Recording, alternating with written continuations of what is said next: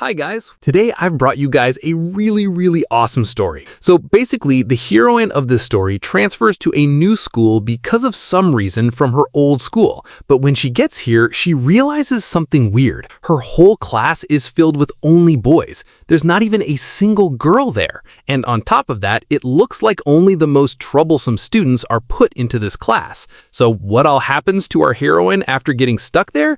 Did she manage to become friends with those students? Or did things only get worse for her? That's what this super interesting story is about. This series came out in 2025. Also, this series is honestly really entertaining. So without wasting any more time, let's jump straight into the story. But before that, just hit that like button once. Right from the opening scene, they show a huge school. Outside the school, there's a girl standing there looking at the building with curiosity. Yep, she's the heroine of this story. Her name is G. After that, our heroine slowly walks into the school. The school looks super grand, and even the students studying there look like rich kids. She keeps looking around at everything with her mouth wide open. In her mind, she's thinking, good thing at least my new school is this amazing.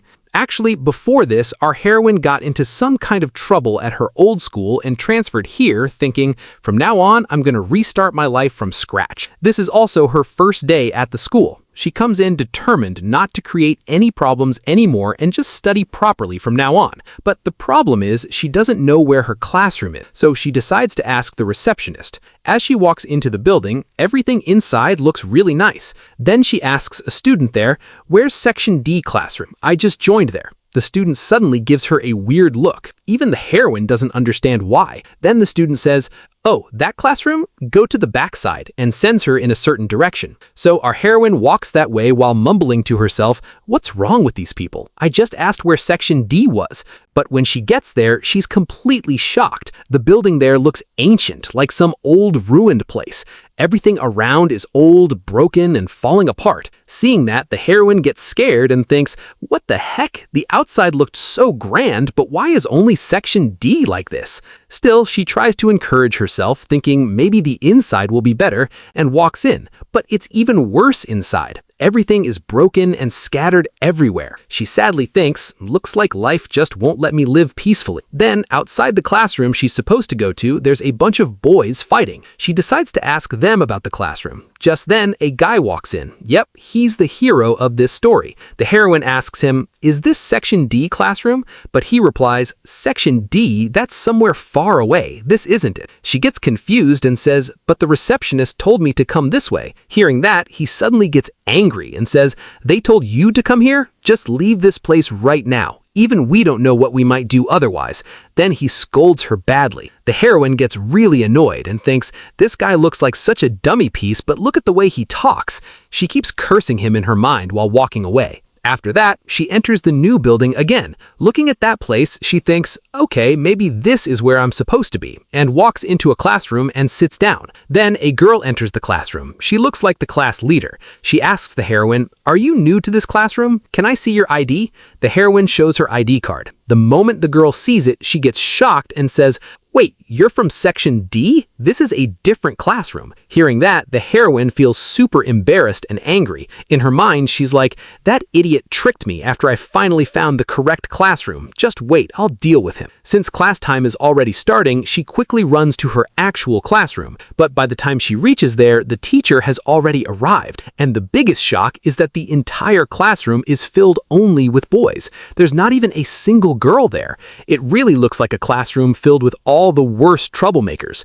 Seeing that, the heroine thinks, oh no, looks like I'm seriously trapped here. She introduces herself to the teacher.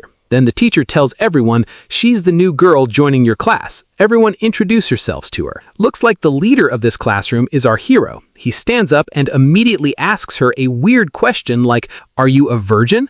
Everyone in the class bursts out laughing, but our heroine is actually really bold. Instead of getting embarrassed, she fires back at him with a bunch of questions. Then the teacher scolds the hero, saying, "Do you really have no shame asking questions like that?" and tells the heroine to sit down. But wherever she tries to sit, the boys block the seats with their bags. Finally, she somehow finds one seat and sits there. Even then, the boys don't stop. They start throwing paper balls at her from behind and torture her non-stop. The moment interval starts, our heroine escapes from the classroom immediately. Next, she goes to the cafeteria. The place looks really clean and fancy. It feels like all the rich students hang out there. When she walks in, she sees the girl leader from before. The girl asks her, "So, how was Section D? Was it nice?" Even though the heroine is furious inside, she pretends and says, "Yeah, it was nice," but those girls clearly don't believe her because they already know all the boys in Section D are stubborn and arrogant. Then a student named John comes there and says sarcastically, "Section D suits you perfectly." That's when we realize he studied in the heroine's old school too and already knows her well. Feeling embarrassed, the heroine quickly leaves that place. Then she sits alone at a terrible-looking spot and starts eating her lunch. But the moment she opens her food box, suddenly all the boys appear out of nowhere and snatch all her food away and run. The heroine gets super angry and shouts, "Don't you guys have any brains?" At that moment, one of her classmates starts talking to her. His name is Pabelix. He says, "Look, I'm sorry for what my classmates did. Also, don't bring food here anymore, okay? We're not allowed inside the cafeteria. Students from Section D can't even enter there. That's why if anyone brings food from there, these guys will just grab it and eat it." The heroine says,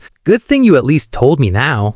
Then she takes out the last packet of chips she has and keeps it beside her. Immediately, Pabelix snatches even that and runs away. The heroine yells, "You were talking so nicely." But he laughs and says, "I told you already, they'll take whatever you bring. That includes me too," and runs off laughing. The heroine just holds her head in frustration. Then the scene cuts to the classroom again. A new teacher comes to take class, but the moment the teacher sees the classroom, she says, "What kind of classroom is this? It's so filthy. I can't teach in a place like this. Only if you clean this classroom properly can I even think about teaching next time. That's why I said don't send me to classrooms like this," and leaves angrily. Right away, our heroine turns to everyone and says, especially to the hero, "So if we clean this classroom, the teacher will teach us, right?"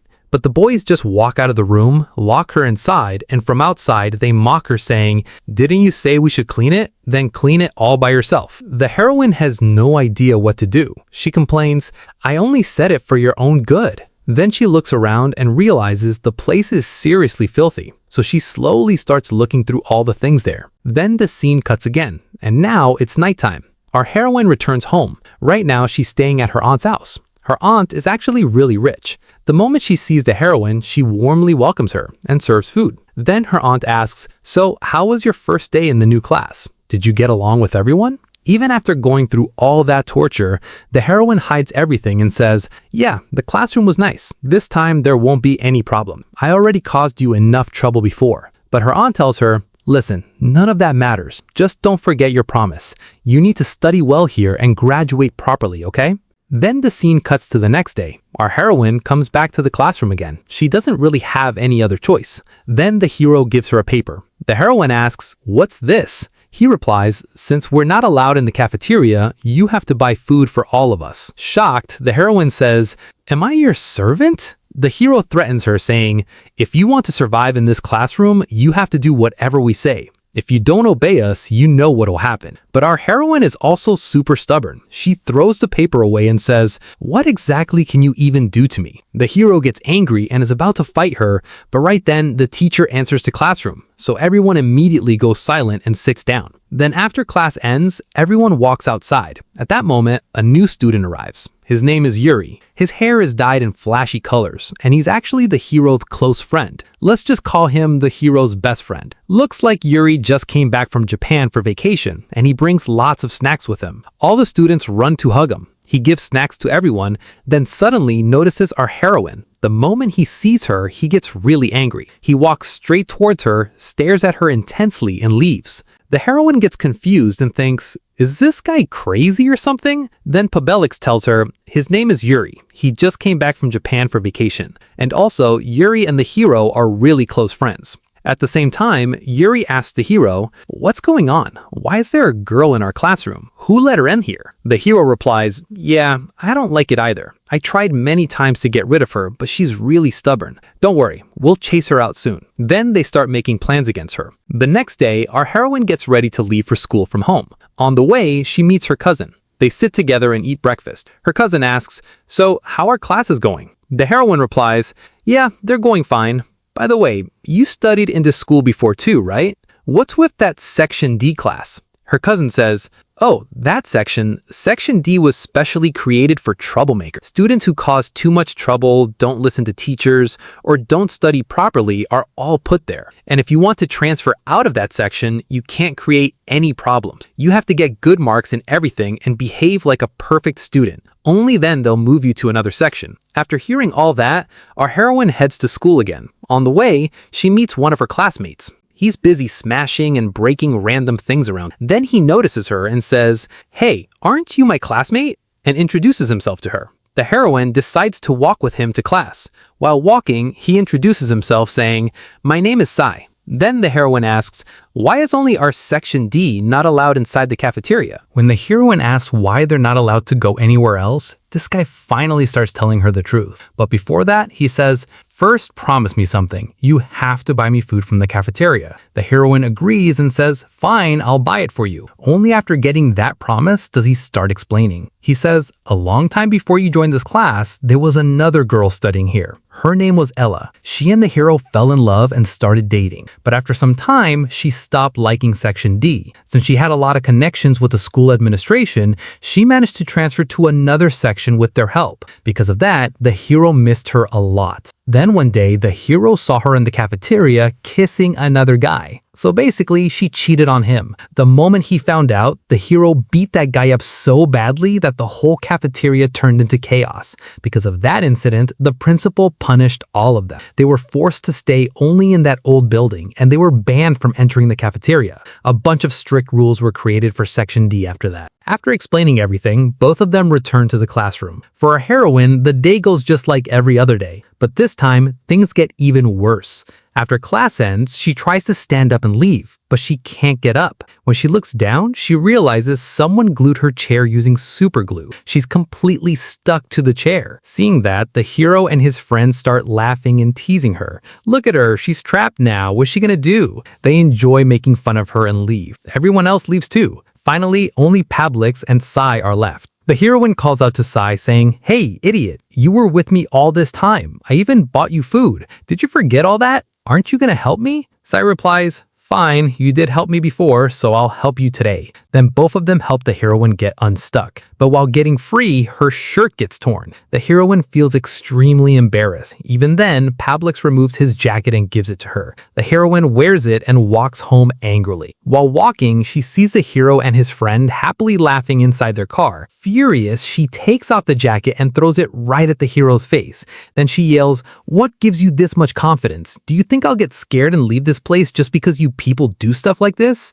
From now on, I'm not gonna stay quiet. You have no idea who I really am. Don't think I'll just sit silently anymore." After angrily leaving, Sai runs after her with the jacket and offers to drop her home. He tells her, "Don't walk around alone angrily like this, okay?" trying to comfort her. The heroine thanks him and heads home. After she leaves, Sai is about to go home too, but suddenly a bunch of boys come there to beat him up.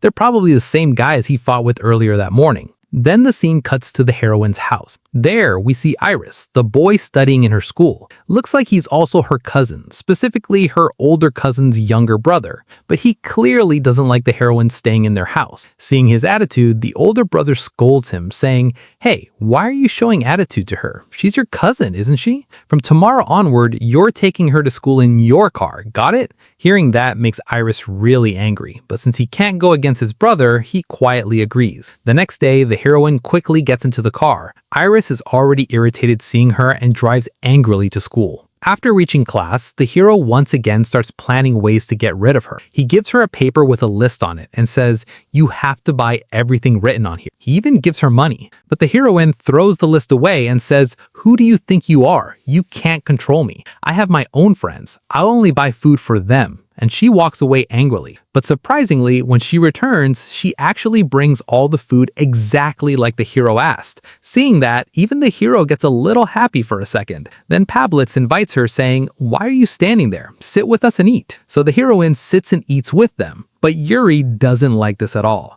Without saying a word, he quietly gets up and leaves. Time passes and another teacher comes to take class. The teacher starts asking each student what they plan on doing for their future studies, but none of the boys seem interested in studies at all. Then the teacher calls out the heroine's full name. Her name includes Iris as the family name. The moment the students hear that, everyone suddenly reacts seriously and angrily. The hero gets tense too. Wait, does she have some connection with Iris? Is she from that family? Everyone starts wondering, but the heroine has no idea why they're reacting like that. She's just sitting there confused. From this, we realize there's some big connection between Iris and this classroom, but we still don't know what it is yet. After class, the heroine tries talking to the boys in the classroom, but now none of them even respond to her. They completely ignore her. At the same time, the boys gather somewhere and start searching about the heroine online. They look up where she studied before and what kind of person she really is. That's when they discover shocking things about her past school.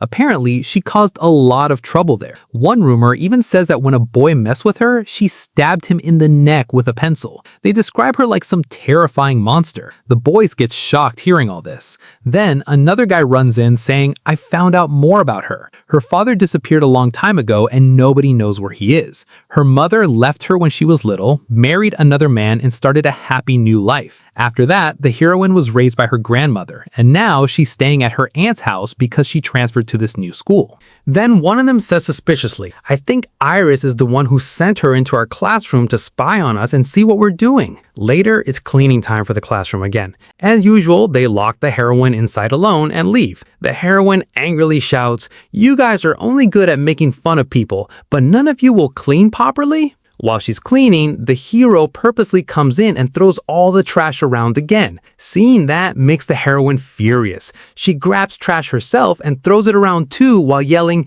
"Clean properly right now, otherwise even I don't know what I'll do." The hero gets super angry and is about to hit her, but right then his friend stops him and says, "No matter what, you should never raise your hand against the girl. And now the whole place is even messier. If she cleans alone, it'll become a problem, so you help too." Since his friend said it, the hero has no choice and starts cleaning along with her. The next day, the heroine is coming to school with Iris in the car when she sees Sai walking on the road. She quickly gets out and walks with him instead. She asks him, "Where were you all these days? Why were you absent?" Sai replies, "Last time I beat up some guy, remember? That guy came back with his gang, so I took leave for a few days." Then the heroine says, "I need to ask you something. Ever since the class found out I'm related to Iris, they've all been avoiding me. I don't know what problem exists between them, but at least you didn't avoid me." Sai replies, "Forget all that. Tomorrow I'll talk to him, okay?"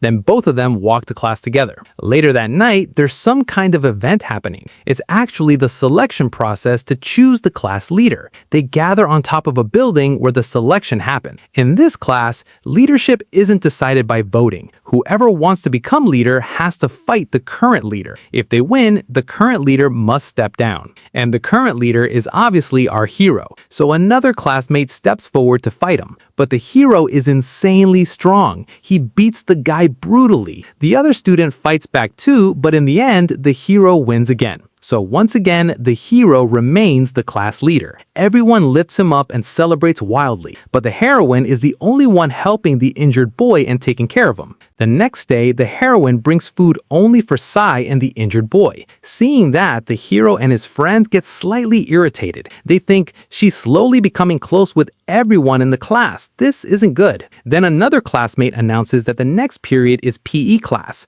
The boys immediately get excited and start changing their clothes right there in the classroom. The heroine screams, "Hey, I'm still a girl, you idiots!" Then the scene cuts to Iris. He's talking with someone when a guy tells him Section D has PE class next. Hearing that makes Iris tense. At the same time, Ella arrives there too. Yup, she's the hero's ex-girlfriend. Looks like she's dating Iris now. In Iris's mind, he thinks the hero will definitely come there, right? Let's go annoy him. Then he lies saying, "My cousin studies there too. Let's go check on her," and takes Ella to the PE room just to provoke the hero. Once they get there, Iris purposely sits extremely close to Ella and acts like he's about to kiss her. The hero sees all of this and gets furious because Ella is his ex. To make him even angrier, Iris keeps acting more intimate. The hero gets so angry that instead of showing it directly, he takes it out on the heroine. During training, he forcefully throws a ball at her face and breaks her nose.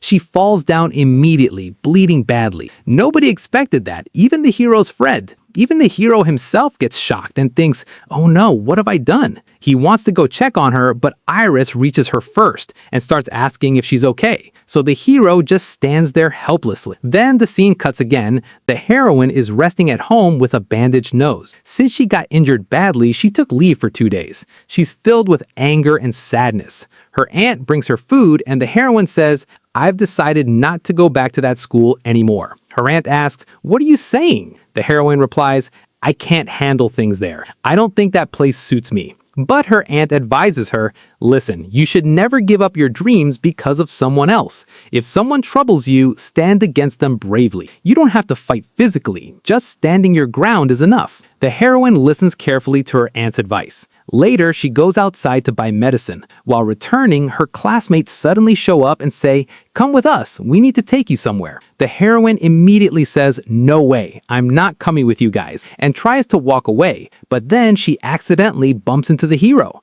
Looks like he had been waiting there for her all this time. The heroine angrily says, you? Was breaking my nose not enough for you? But the hero calmly says, just listen to me for a second, and takes her to a cafe nearby. The heroine asks, why did you bring me here? But instead of answering, the hero gently touches her face and looks at her injury. Then he takes out a bandage he had brought and carefully sticks it on her nose. The heroine gets completely confused. At the same time, ice cream is served at the table. The heroine sarcastically says, oh, so this is a bribe? You break my nose and then try to bribe me with ice cream. The hero quietly replies, I don't know how to apologize. I don't know how to make someone feel better either. But there's one thing I do know. All girls like ice cream, right? The heroine angrily stands up saying, I'm never forgiving you, and walks away. But after walking a little distance, she suddenly comes back, grabs only the ice cream, and runs away with it. Then the scene cuts, and that's where part 1 ends. Since this is actually a series, a lot of you might have already watched it. But if you haven't, honestly, you missed a really good series. Don't worry though, we'll continue from part 2 on our second channel. From here on, the heroine returns to school again, and the crazy things she does together with those boys become really fun and emotional towards the end.